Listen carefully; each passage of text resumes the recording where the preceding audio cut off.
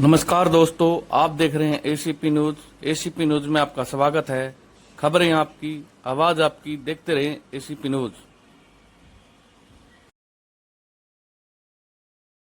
कुमारी मायावती जी जिंदाबाद जिंदाबाद श्री जिंदाबाद आकाश आनंद जी जिंदाबाद जिंदाबाद जिंदाबाद श्री आकाश जिंदाबाद। बहन जी आप आगे बढ़ो, हम आपके साथ हैं। बहन जी आप संघर्ष करो, बहन जी आप आगे बढ़ो, हम आपके साथ हैं। बहन जी आप संघर्ष करो। हम आपके साथ हैं। सर्व समाज के सम्मान में, बहन जी मैदान में, सर्व समाज के सम्मान में, बहन जी मैदान में। मजदूरों के श्री अभय सिंह चौटाला जी जिंदाबाद जिंदाबाद जिंदाबाद बहुजन समाज पार्टी जिंदाबाद जिंदाबाद जिंदाबाद बहुजन समाज पार्टी जिंदाबाद जिंदाबाद जिंदाबाद श्री आकाश आनंद जी जिंदाबाद जिंदाबाद श्री जिंदाबाद आकाश आनंद जी जिंदाबाद जिंदाबाद जिंदाबाद। बहन कुमारी मायावती जी मैदान में, मजदूरों के सम्मान में, बहन जी मैदान में, गरीबों के सम्मान में, बहन जी मैदान में, पिछड़ों के सम्मान में, बहन जी मैदान में, पिछड़ों के सम्मान में, बहन जी मैदान में, महिलाओं के सम्मान में, बहन जी मैदान में, बहुजनों के सम्मान में, बहन जी मैदान में। बहुजन समाज पार्टी जिंदाबाद जिंदाबाद जिंदाबाद बहुजन समाज पार्टी जिंदाबाद जिंदाबाद जिंदाबाद बहुजन समाज पार्टी जिंदाबाद जिंदाबाद जिंदाबाद बसपा इनेलो गठबंधन जिंदाबाद जिंदाबाद जिंदाबाद। मैदान में, सर्व समाज के सम्मान में, बहन जी मैदान में, मजदूरों के सम्मान में, बहन जी मैदान में, मजदूरों के सम्मान में, बहन जी मैदान,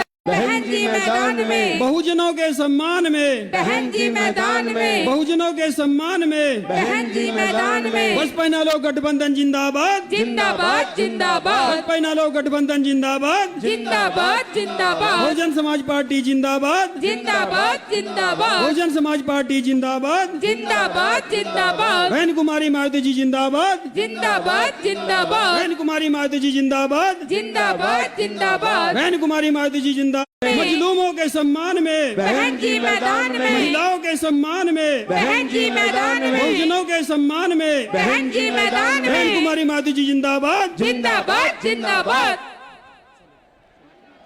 साथियों बैठ जाओ, जोरदार तालियां बजा करके बैठिए। माननीय बहन जी का स्वागत करें। बैठ जाओ।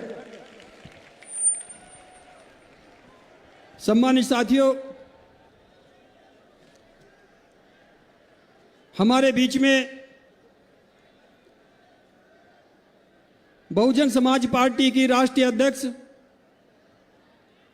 उत्तर प्रदेश के सीएम श्री अभय सिंह चौटाला जी इस मंच पर पहुंच चुके हैं। उनके लिए भी जोरदार तालियों से स्वागत करें। इसी क्रम में आदरणीय बहन जी का आशीर्वाद मुकुट देकर सम्मानित करने का काम करें श्री गोपाल सिंह राणा जी।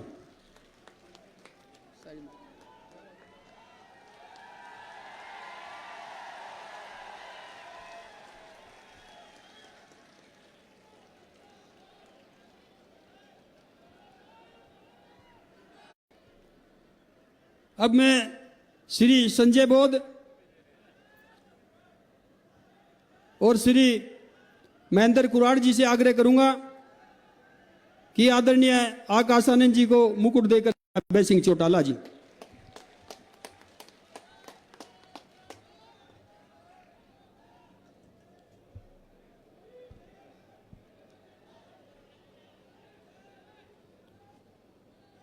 बहुत ही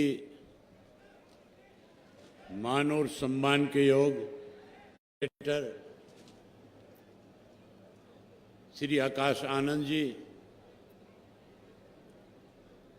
बहुजन समाज पार्टी के हरियाणा, पंजाब और चंडीगढ़ के प्रभारी श्री रणधीर बेनीवाल जी, संयुक्त उम्मीदवार रणबीर देशवाल जी, इंद्री से संयुक्त उम्मीदवार सुरेंद्र उडाना जी, नीलोखेड़ी से 5 तारीख को हरियाणा की विधानसभा के चुनाव होने जा रहे हैं। साथियों, मैं अब तक हरियाणा बहुजन समाज पार्टी और इंडियन नेशनल लोकदल पार्टी के गठबंधन की सरकार बनाएंगे।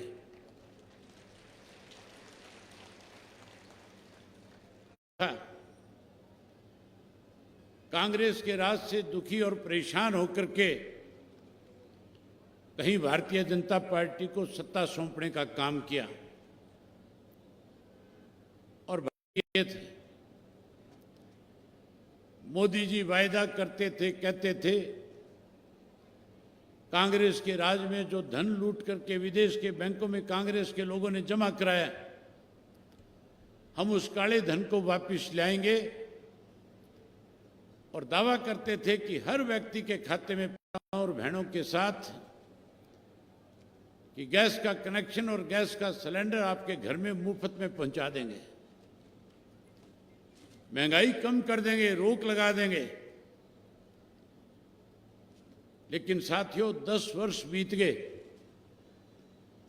मैं हरियाणा प्रदेश के तकरीबन हर गांव कोई पैसा नहीं आया। जहां कोई वायदा पूरा नहीं किया वहां प्रदेश और देश के अंदर महंगाई बढ़ा दी। आज हरियाणा प्रदेश की हालत ऐसी है कि जहां महंगाई बढ़ी हुई है वहां भ्रष्टाचार चरम सीमा पे है, कानून व्यवस्था खत्म है और उसके साथ साथ पढ़े लिखे नौजवान के लिए कोई रोजगार नहीं है। बेरोजगारी में आज हरियाणा प्रदेश देश में नंबर करके कि हमारे गांव में 18 साल से लेकर के 40 वर्ष का कोई भी नौजवान जो है आज अपने घर में गांव में नहीं है। सारा का सारा नौजवान जमीनें बेच बेच करके विदेशों को पलायन कर गया। सरकार कोई छोटा मोटा विकास का मामला था। हैरानी की बात है उस 10 साल के राज में ये सारी चीजें रोहतक जिले तक सिमट करके रह जाती थी, उसकी सीमा से बाहर नहीं निकलती थी। एक समय चौधरी ओम प्रकाश चौटाला जी प्रदेश के मुख्यमंत्री थे, जब पीने का स्वच्छ पानी नहीं था वहां कनाल बेस्ड वाटर वर्क्स बनाए गए, गांव के स्कूल अपग्रेड किए गए, गांव-गांव के अंदर डिस्पेंसरी, पीएचसी, सीएचसी बना करके लोगों को स्वास्थ्य की अच्छी सुविधा मिले, इस काम को भी आगे बढ़ाया था। सरकार आपके द्वार कार्य, इसके लिए लंबे समय से संघर्ष करके बहन मायावती जी ने उत्तर प्रदेश में जब सरकार बनाई तो जब संघर्ष कर रहे थे, जब आम नागरिक को अपने साथ की मदद करी और उसके साथ साथ उत्तर प्रदेश का गुंडाराज खत्म करने का काम अगर किसी ने किया तो बहन मायावती जी ने किया। से बार करेंगे। वहीं कांग्रेस पार्टी भी आज कहीं लोगों को लुभाने के लिए रोजाना इश्तिहार निकालते हैं, तरह तरह के वायदे करते हैं। वायदा करते हैं पेंशन 6000 कर देंगे, वायदा करते हैं ओल्ड पेंशन स्कीम लागू कर देंगे। और कैथल जिला, इन जिलों में तो मैं यात्रा के दौरान जब गांव में गया था बड़ी हैरानी सुन करके कि पक्का मकान बना करके देंगे। इनका 10 साल राज था, 40 वर्ष का कोई भी नौजवान जो है आज अपने घर में गांव में नहीं है। सारा का सारा नौजवान जमीनें बेच बेच करके विदेशों को पलायन कर गया। सरकार की गलत पॉलिसी की वजह से आज हमारे घर खाली हो गए, गांव खाली हो गए। वहीं कांग्रेस के राज के अंदर बड़ी लूट मची थी। भूपेंद्र सिंह हुड्डा के राज में हरियाणा प्रदेश के लोगों के साथ बड़ा भेदभाव किया गया था। चाहे कोई नौकरी निकलती थी, चाहे कोई रोजगार के साधन उपलब्ध कराने की बात थी, और चाहे साथियों कहीं कोई छोटा मोटा विकास का मामला था। हैरानी की बात है उस 10 साल के राज में ये सारी चीजें रोहतक जिले तक सिमट करके रह जाती थी, उसकी सीमा से बाहर नहीं निकलती थी। एक समय चौधरी ओम प्रकाश चौटाला जी प्रदेश के मुख्यमंत्री थे। जब चौटाला साहब मुख्यमंत्री थे, सरकार आपके द्वार कार्यक्रम के तहत हरियाणा प्रदेश का पूरे प्रदेश के लोगों के साथ बिना भेदभाव किए सम्मान विकास कराने का काम किया था। चौटाला साहब के मुख्यमंत्री तब काल में एक गांव से दूसरे गांव से जुड़ने वाली जो जितने भी कच्चे रास्ते थे उन सबको पक्का कर दिया गया था। हरियाणा प्रदेश में सड़कों का जाल बिछा दिया गया था। जहां पीने का स्वच्छ पानी नहीं था वहां कनाल बेस्ड वाटर वर्क्स बनाए गए। गांव के स्कूल अपग्रेड किए गए। गांव-गांव के अंदर डिस्पेंसरी, पीएचसी, सीएचसी बना करके लोगों को स्वास्थ्य की अच्छी सुविधा मिले, इस काम को भी आगे बढ़ाया था। सरकार आपके द्वार कार्यक्रम के तहत चौटाला साहब के राज में लाखों लाखों करोड़ों करोड़ों रुपए जो है एक एक गांव पे हर साल खर्च किया जाता था। या तो हरियाणा में चौधरी देवीलाल जी के राज के अंदर जो वायदे किए गए थे उनको पूरा किया गया था, और या फिर दलित समाज को ऊपर कैसे उठाया जाए, इसके लिए लंबे समय से संघर्ष करके बहन मायावती जी ने उत्तर प्रदेश में जब सरकार बनाई तो जब संघर्ष कर रहे थे, जब आम नागरिक को अपने साथ जोड़ रहे थे, आम नागरिक का विश्वास जीत रहे थे, जब दबे कुचले लोगों को जिनका वोट का अधिकार नहीं था उनकी लड़ाई लड़ रहे थे, और उन लोगों के बीच में जाकर के जो वायदे उन्होंने किए, जो बात उन्होंने कही, उत्तर प्रदेश के लोगों ने यकीन करके जब उनकी सरकार बनाई तो सरकार बनने के बाद अनेक ऐसे काम किए जो आज भी उत्तर प्रदेश के लोग याद करते हैं। गरीब का उत्थान किया, किसान की मदद करी, और उसके साथ साथ उत्तर प्रदेश का गुंडा राज खत्म करने का काम अगर किसी ने किया तो बहन मायावती जी ने किया। साथियों, चुनाव का वक्त है। हर पार्टी अपना मैनिफेस्टो लेकर के आएगी, अलग अलग तरह के वायदे करेंगे, लुभाने की कोशिश करेंगे। आज भारतीय जनता पार्टी चाहे जो मर्जी वायदा कर ले, लोग उनकी बात पे यकीन नहीं करेंगे, भाजपा को सत्ता से बाहर करेंगे। वहीं कांग्रेस पार्टी भी आज कहीं लोगों को लुभाने के लिए रोजाना इश्तिहार निकालते हैं, तरह तरह के वायदे करते हैं। बड़ी हैरानी की बात है, जो पार्टी 10 साल सत्ता में रही, सत्ता में रहते हुए लोगों को कोई सुविधाएं प्रदान नहीं करी, महंगाई बढ़ाई, भ्रष्टाचार बढ़ाया, गुंडा तत्व को कहीं ना कहीं संरक्षण देने का काम किया। आज वो लोग भी वायदा करते और कहते हैं अगर हमारा राज बन जाएगा गैस का सिलेंडर 500 रुपए का कर देंगे। वायदा करते हैं पेंशन 6000 कर देंगे। वायदा करते हैं ओल्ड पेंशन स्कीम लागू कर देंगे। ये कांग्रेस के लोग वायदा करते हैं और कहते हैं गरीब आदमी को 100 गज का प्लाट देंगे, पक्का मकान बना करके देंगे। इनका 10 साल राज था। इस 10 साल के राज के अंदर किसने भूपेंद्र सिंह हुड्डा का हाथ पकड़ा था? कौन मना कर रहा था? ये सारी सुविधाएं 10 साल के उस राज में, उस कार्यकाल में क्यों नहीं दी? अब केवल सत्ता का दाव लगाना चाहते हैं। आज वायदे करके लोगों को कहीं भ्रमित करना चाहते हैं। अगर वायदे प्रदेश में किसी ने पूरे किए तो उस शख्स का नाम चौधरी देवीलाल था। आप याद करो,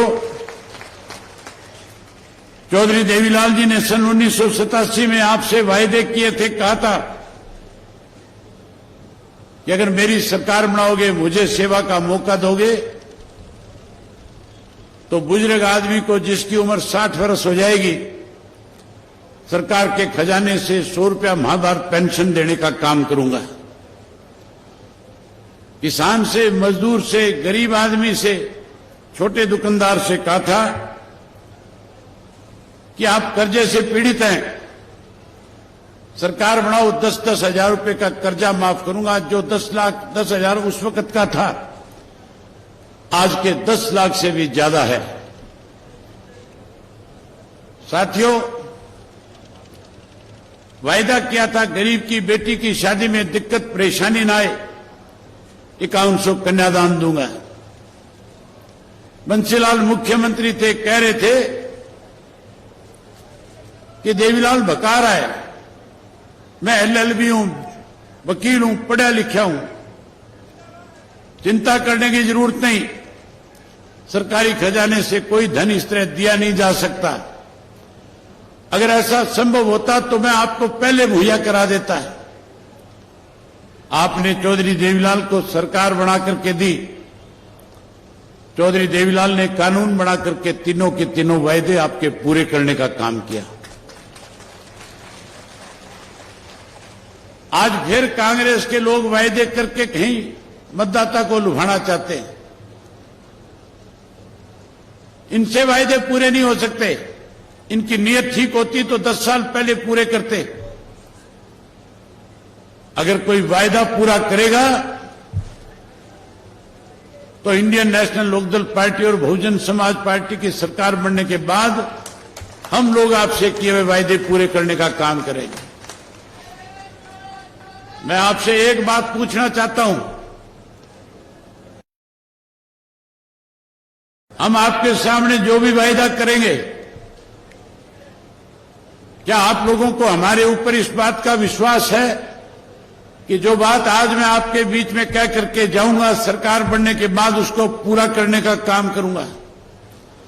अगर आपको विश्वास है तो एक बार बोल करके कहो कि हमें आप पे विश्वास है। अगर आप हमारे ऊपर विश्वास करते हो तो आज आपसे वायदा करके जाते हैं कि सरकार बनने के बाद जो 100 रुपया पेंशन चौधरी देवीलाल ने शुरू करी थी, उस पेंशन को बढ़ाएंगे। 7500 रुपया महीना करके हमारे बुजुर्गों का मान सम्मान बढ़ाएंगे। आप हमारे पे विश्वास और भरोसा करते हो तो मैं पढ़े लिखे नौजवान बच्चों से वायदा करता हूं और कहता हूं, आपको चिंता करने की जरूरत नहीं है। 2 लाख नौकरियों के पद हरियाणा प्रदेश में खाली है। सरकार बनने के बाद हर घर से एक पढ़े लिखे नौजवान को, चाहे हमारी बेटी पढ़ी लिखी हो, चाहे बेटा पढ़ा लिखा हो, उसे सरकारी नौकरी देने का काम करेंगे। जो बेरोजगार रह जाएगा उसे भी चिंता करने की जरूरत नहीं है। हम अपने बेरोजगार बच्चों के लिए 21,000 रुपया बेरोजगारी भत्ता तब तक देंगे जब तक उसको सरकारी नौकरी नहीं मिल जाएगी। ये माताएं बहनें बैठी है, मोदी ने अपना वायदा पूरा नहीं किया था। कांग्रेस वाले कहते हैं 500 में देंगे। आप सरकार बनाओ, हम सरकार बनने के बाद गैस का सिलेंडर महीने की पहली तारीख को आपके घर में प्रदेश की सरकार की तरफ से मुफ्त में पहुंचाने का काम करेंगे। जहां गैस का सिलेंडर देंगे वहीं किसी भी गृहिणी को किसी के आगे हाथ ना फैलाना पड़े अपनी रसोई अच्छी चलाने के लिए 1100 रुपए नमक मिर्च के भी साथ में आपको देंगे, आपके खाते में डालेंगे। ओल्ड पेंशन स्कीम लागू करेंगे। पहले चौधरी ओम प्रकाश चौटाला ने 100-100 गज के प्लाट गरीब लोगों को देकर के उनके सर पे छत देने का काम किया था। हम नए सिरे से 100 गज का प्लाट देंगे और उसके साथ चौधरी देवीलाल आवास योजना के तहत 2 पक्के मकान भी बना करके उनको छत देने का काम करेंगे। ओल्ड पेंशन स्कीम लागू करेंगे। और उसके साथ साथ हरियाणा प्रदेश के हर गांव में पीने का स्वच्छ पानी हो, कनाल वेस्ट वाटर देंगे और मुफ्त में आपको पानी मुहैया कराने का काम करेंगे। जहां पानी मुफ्त देंगे वहीं साथियों बिजली के बिल बहुत आते हैं। बिजली महंगी है कि नहीं है? बिजली के बिल ज्यादा आते हैं कि नहीं आते हैं?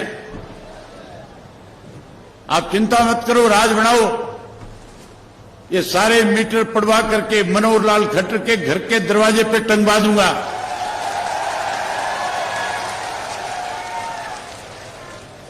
और वहीं उसके साथ साथ हरियाणा प्रदेश के हर नागरिक की घर की बिजली मुफ्त में करके देने का काम करेंगे।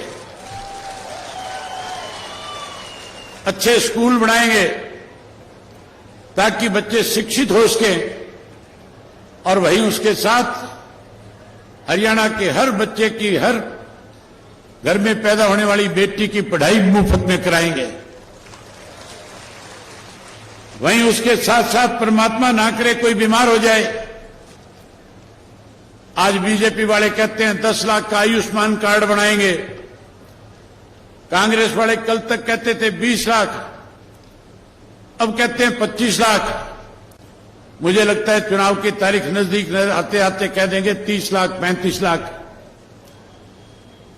पहले भी हमने बुजुर्ग को 60 वर्ष से ज्यादा आयु वाले को मुफ्त इलाज की सुविधा प्रदान करी थी। अब की बार हमारा फैसला है दोनों पार्टियों का। हम तो चाहते हैं हरियाणा का हर नागरिक जो है स्वस्थ रहे, हरियाणा सेहतमंद रहे। अगर कोई बीमार हो जाएगा, चाहे वो कहीं इलाज कराए पूरे देश के अंदर, उसके इलाज पे जितना खर्च आएगा टोटल हरियाणा प्रदेश की सरकार वहन करेगी। आपका मुफ्त में इलाज करने का काम करेंगे।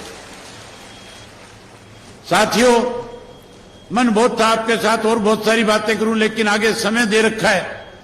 बहन जी ने भी वापिस जाना है, इसलिए आपका ज्यादा समय नहीं लेकर के मैं अपना समय बहन जी को दूंगा और आपसे केवल एक उम्मीद करूंगा, आपसे एक वायदा लेना चाहूंगा कि आप 5 तारीख तक जिस उत्साह और जोश के साथ आज आप यहां आए हो, जो आज हजारों की संख्या में आपने आकर के इस बात पे मोहर लगाई है कि हम करनाल में असंध की सीट जीत करके अपनी सरकार बनाने का काम करेंगे।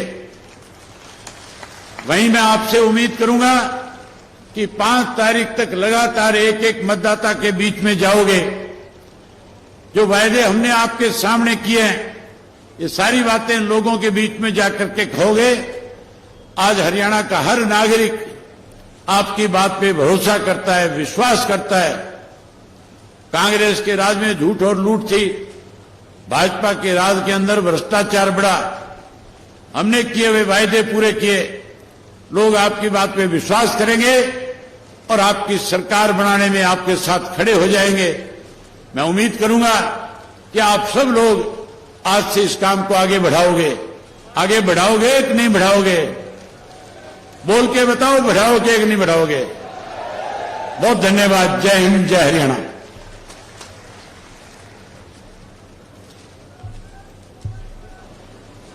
सम्मानित साथियों, अब मैं इस जनसभा के मुख्य अतिथि के रूप में आई बहुजन समाज पार्टी की राष्ट्रीय अध्यक्ष, उत्तर प्रदेश की 4 बार रही मुख्यमंत्री, इस देश के पीड़ितों, शोषितों, गरीबों की मसीहा, सर्वे समाज के मान और सम्मान के प्रतीक आदरणीय बहन कुमारी माइती जी को निवेदन पूर्वक आग्रह करता हूं कि आए और जिस को संबोधित करने का काम करें। सम्मानित साथियों, बड़ी गंभीरता से सुनना एक एक शब्द को। बहन जी का एक एक शब्द मूल्यवान है। बड़ी गंभीरता से सुनना। कोई भी व्यक्ति बहन जी के भाषण खत्म होने से पहले कुर्सी नहीं छोड़ेगा। शांति से सुनना, गंभीरता से मन सत।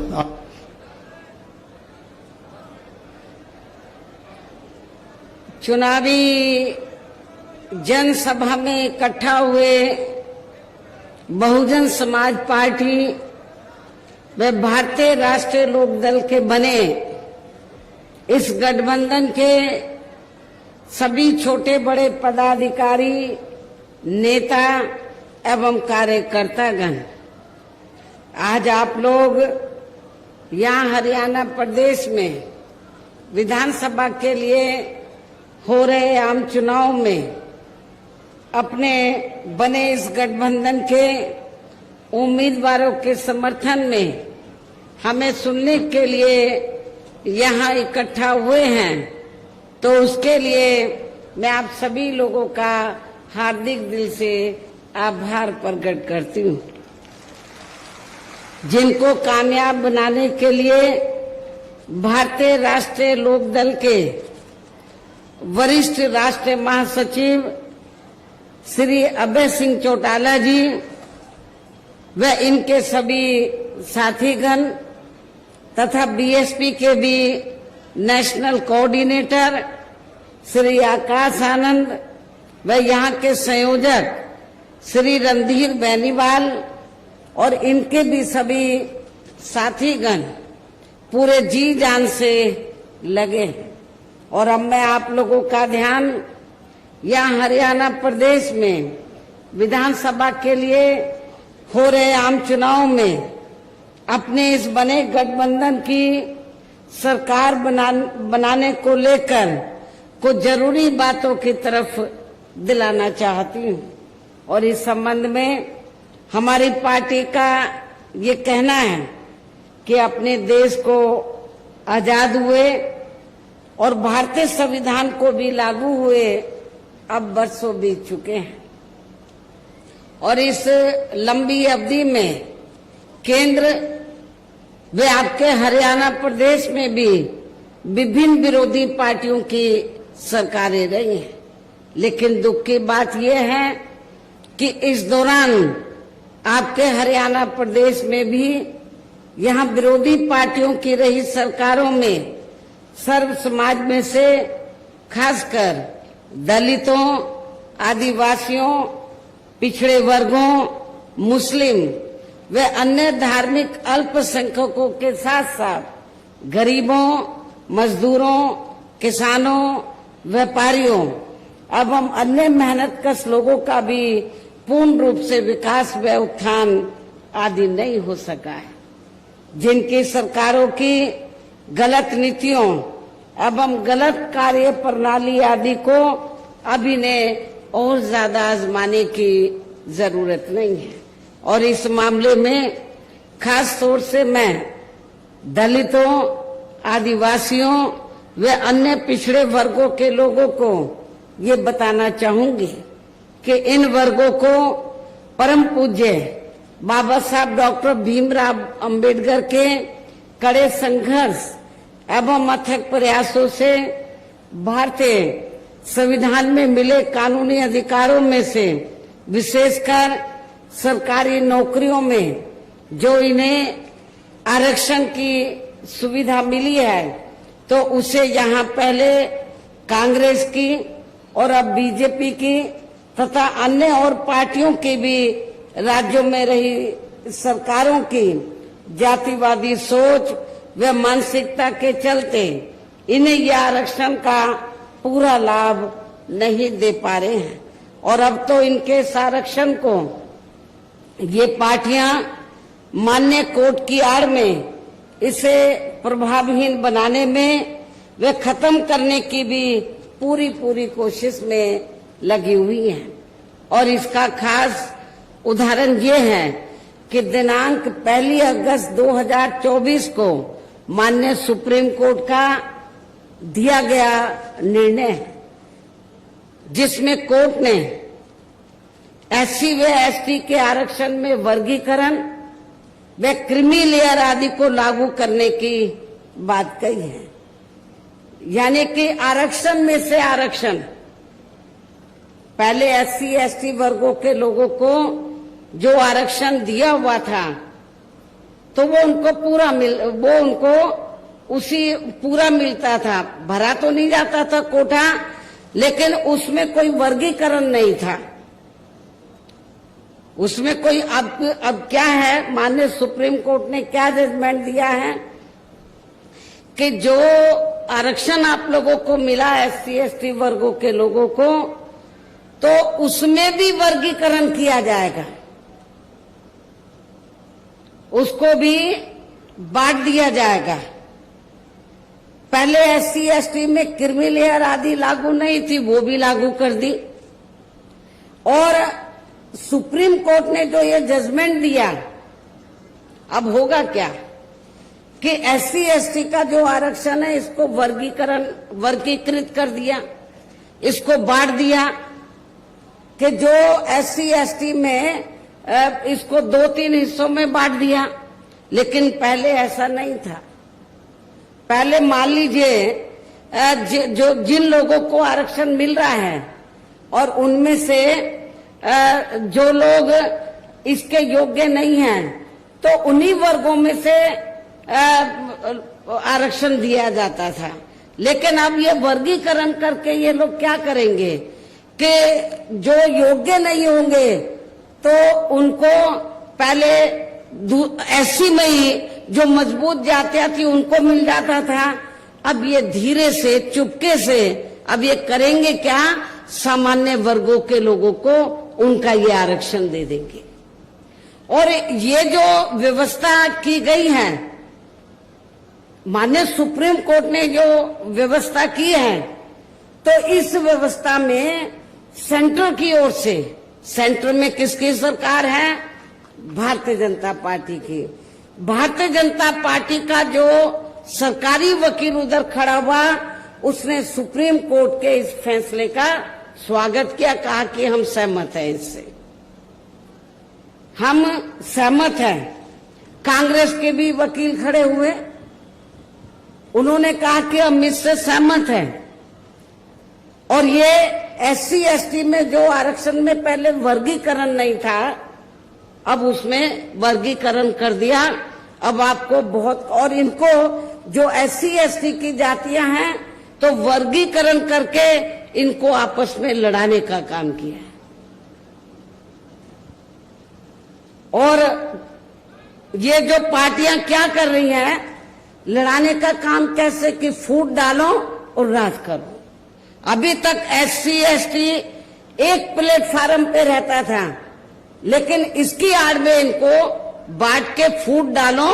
कुछ जो वोट कुछ वोट BSP ले जाए और कुछ वोट वो दूसरी पार्टियां ले जाए, इनको बांट के रखो।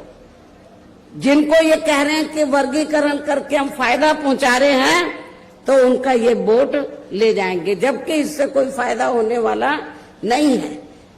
धीरे पर्दे के पीछे इसका ज्यादातर लाभ जनरल लोगों को ही मिल जाएगा। और एक दिन ऐसा आ जाएगा कि आपका ये आरक्षण प्रभावहीन बन जाएगा, ना के बराबर रह जाएगा, खत्म हो जाएगा। और यदि इन वर्गों के आरक्षण के मामले में केंद्र की वर्तमान भाजपा सरकार की भी नीति व नीयत साफ होती,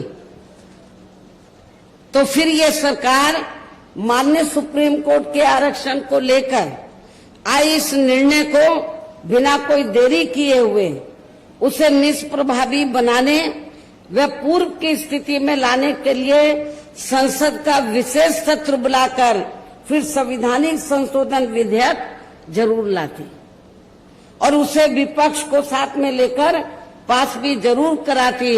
और इतना ही नहीं, बल्कि इसके लिए कांग्रेस व इनके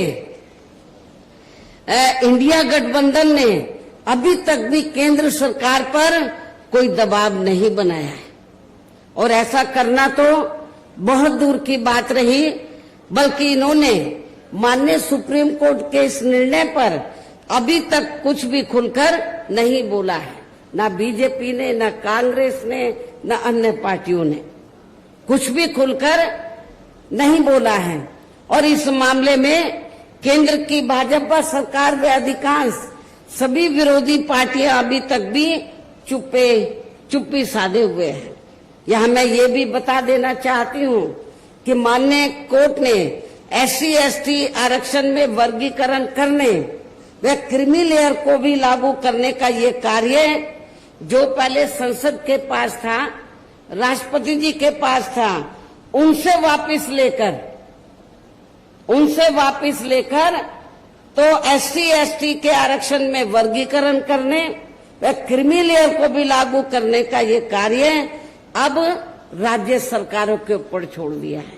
जो पहले राज्य सरकारों के पास नहीं था, संसद के पास था, राष्ट्रपति जी के पास था, ये राज्य सरकारों के ऊपर छोड़ दिया है। जो राज्य सरकारें हैं, जिस भी पार्टी की सरकार बनेगी तो उस पार्टी की सरकार फिर अपने हिसाब से इसका पूरा राजनीतिक फायदा भी उठाएगी। साथ ही इसकी आड़ में इन वर्गों को बांटकर इन्हें आपस में भी लड़ाएगी। अर्थात अब ये पार्टियां फूट डालो व राज करो की नीति का भरपूर फायदा उठाएंगी। जबकि संविधान के मुताबिक कि जाति को एससी व एसटी की सूची में शामिल करना है या नहीं करना है, तो इसका ये अधिकार अभी तक, जैसा कि मैंने आप लोगों को बताया, ये केवल संसद व माननीय राष्ट्रपति जी को ही दिया हुआ था, जिसे 1 अगस्त 2024 को माननीय सुप्रीम कोर्ट के आए निर्णय के जरिए इसे अब वापस लेकर सीधे ही राज्य सरकारों को दे दिया गया है, जिससे अब इन वर्गों के साथ काफी नाइंसाफी होगी। अर्थात इनका अब यह आरक्षण ना के बराबर ही रह जाएगा। और अब तो कांग्रेस के श्री राहुल गांधी ने भी विदेश में जाकर इनके सभी आरक्षण को आगे वक्त आने पर खत्म करने का भी ऐलान कर दिया है। इसलिए इन वर्गों के लोगों को बाबा साहब डॉक्टर भीमराव अंबेडकर द्वारा जो इन्हें आरक्षण का ये संवैधानिक अधिकार मिला है, तो इसे बचाने के लिए अब यहाँ हरियाणा प्रदेश में हो रहे विधानसभा चुनाव में इन वर्गों को ऐसी सभी आरक्षण विरोधी पार्टियों को अपना कतई भी वोट नहीं देना है। जो ये पार्टियां माननीय सुप्रीम कोर्ट के आए इस निर्णय को बिल्कुल भी बदलने के लिए तैयार नजर नहीं आती हैं। अर्थात इस मामले में केवल ये पार्टियां इन वर्गों को गुमराह करने में ही लगी हुई हैं। ऐसी स्थिति में अब इन वर्गों को यहाँ विधानसभा के लिए हो रहे आम चुनाव में अपने बने इस गठबंधन की ही सरकार बनाकर इसे लागू होने से, यहाँ के हरियाणा प्रदेश में इसे लागू होने से तब तक लटका कर वे रोक कर रखना है जब तक केंद्र व विपक्ष द्वारा इस निर्णय को संवैधानिक संशोधन के जरिए खत्म करके इसे पुरानी स्थिति में बहाल नहीं कर दिया जाता है। इसलिए ऐसी स्थिति में अब आप लोगों को एक तरफा अपना वोट केवल बीएसपी व इन्हें लोग के बने अपने इस गठबंधन को ही देना है, ताकि सत्ता में आकर यहाँ के स्टेट में माननीय सुप्रीम कोर्ट के आए इस निर्णय पर कुछ हद तक अंकुश लगाया जा सके। हम इसको पास नहीं होने देंगे। हमारा गठबंधन की सरकार होगी तो इसको लटका के रखेंगे, और कब तक रखेंगे? जब तक हम पार्लियामेंट में संवैधानिक संशोधन लाने के लिए हम सेंट्रल गवर्नमेंट के ऊपर दबाव बनाएंगे, वो इसको पुरानी स्थिति में नहीं ले आती है, बहाल नहीं कर देती है। इतना ही नहीं, बल्कि केंद्र व राज्यों में कांग्रेस, बीजेपी व अन्य जातिवादी पार्टियों की रही सरकारों ने इनका आरक्षण का कोटा अभी तक भी पूरा नहीं किया है। आपके हरियाणा प्रदेश में भी यही स्थिति है। हर विभाग में सीटें खाली पड़ी, जिससे फिर अंत में किसी न किसी रूप में सामान्य वर्गों को ही दे दिया जाता है। पदोन्नति में आरक्षण को तो इन्होंने मान्य कोर्ट की आड़ में काफी हद तक खत्म कर दिया है।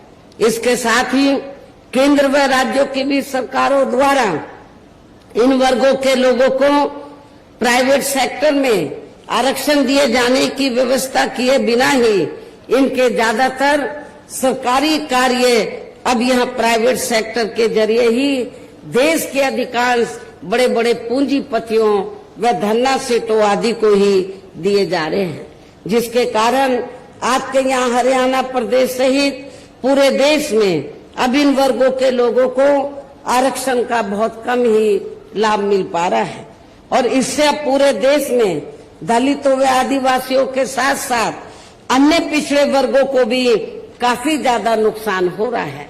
जबकि अन्य पिछड़े वर्गों के लोगों को ये भी मालूम होना चाहिए कि इन्हें मंडल कमीशन की रिपोर्ट के तहत आरक्षण की सुविधा केंद्र में कांग्रेस पार्टी की रही सरकार में नहीं बल्कि बीएसपी के कड़े संघर्ष एवं अथक प्रयासों से केंद्र में रही श्री बीपी सिंह की सरकार में ही मिली है, जिसका भी अब यहाँ जातिवादी विरोधी पार्टियों की चल रही सरकारें इन्हें पूरा लाभ नहीं दे पा रही हैं। इसके साथ ही श्री बीपी सिंह की सरकार में ही इन वर्गों के मसीहा परम पूज्य बाबा साहब डॉक्टर भीमराव अंबेडकर को भी यहाँ भारत रत्न की उपाधि से सम्मानित किया गया है, जिसके लिए वो हर प्रकार से बाद भी इन्हें काफी वर्षों तक इन्हें ये सम्मान नहीं दिया। इससे इन वर्गों के प्रति इस कांग्रेस पार्टी